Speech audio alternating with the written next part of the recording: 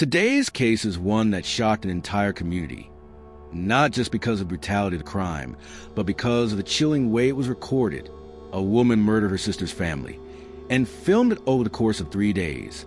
To understand this story, we need to start with two sisters, Mara and Elena Rowe. Mara lived in a quiet cul-de-sac in Cedar Falls, Iowa. She was 29 years old, a mother of two, and married to Daniel, a local contractor. By all accounts, Mara was the heart of her neighborhood. PTA meetings, barbecues, soccer practice. Elena, on the other hand, was older, 32, and had a reputation that followed her everywhere. She was a sister who never quite settled down. Waitressing jobs she never kept, apartments she never stayed in, and boyfriends who rarely lasted longer than a few months. Mara was, well, she was sunshine, always smiling. And Elena, she was different, quiet, but with this sort of heaviness about her.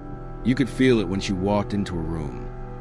Elena often stayed with Mara when things in her own life fell apart. And Mara, soft-hearted as she was, always opened her door. That decision would cost her everything. It was a rainy Friday evening in March 2019 when Elena showed up again, this time with a small suitcase and a request to stay just for the weekend. What no one knew was that inside that suitcase was a camcorder. The first recording begins that night. The lens focuses not on smiling family faces, but on the hallway of Mara's home, silent, dimly lit. Elena's voice can be heard in a near whisper. They don't know I'm watching. They don't know tonight is the night everything changes. The following footage is disturbing. So disturbing, in fact, that investigators still describe it as one of the most haunting cases of their careers. Over the course of a single night, Elena murdered her sister, brother-in-law, and their two children. The tapes capture muffled cries, the creak of bed springs, and then silence. But the murders were not the end. For 3 days, Elena lived inside the home with the bodies. She filmed herself setting the dinner table, propping her niece's doll beside her lifeless hand, and speaking to her sister's corpse as though it could answer back. It wasn't just a violence, it was a way she stayed there, talking to them, moving them around, trying to keep them with her. I've worked homicide for 25 years, and I've never seen anything like it. In the recordings, Elena often spoke directly to the camera. At first, she addressed Mara. "You don't understand. They were supposed to love me, not you. They were mine." But gradually, the line between Elena and Mara began to blur. She began wearing Mara's clothes, brushing Mara's hair in the mirror, even calling Daniel my husband.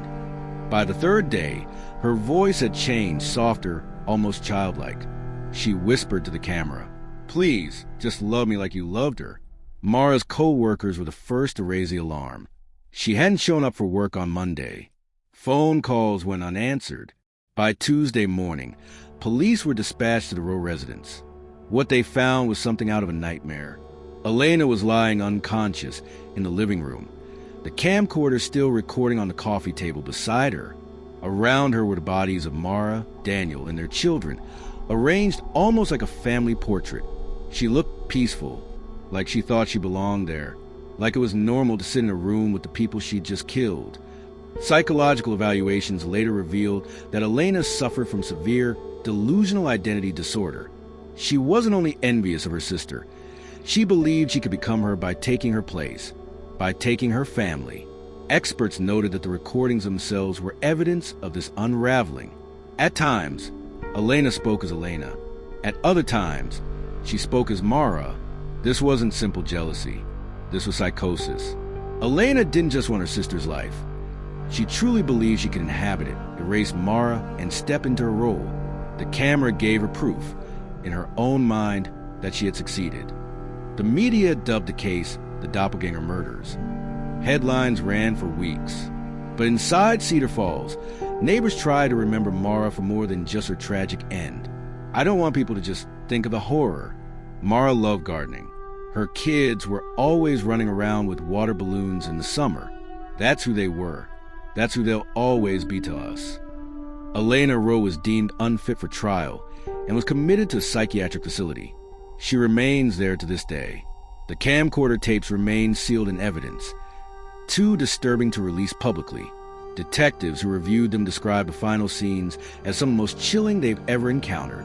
She wasn't angry. That's what stays with me. She was pleading. She wanted love so badly that she destroyed the very people who gave it freely. This case is a reminder that the darkest crimes aren't always committed by strangers lurking in shadows. Sometimes they come from the people closest to us, the ones we think we know best. Mara opened her home to her sister out of love, and that love was repaid with betrayal, violence, and a desperate attempt to replace her entirely. The tragedy of the Rowe family isn't just in how they died, but in the loneliness and obsession that drove someone meant to love them into their destruction. For more true crime stories, subscribe, like, and share your opinion in the comment section.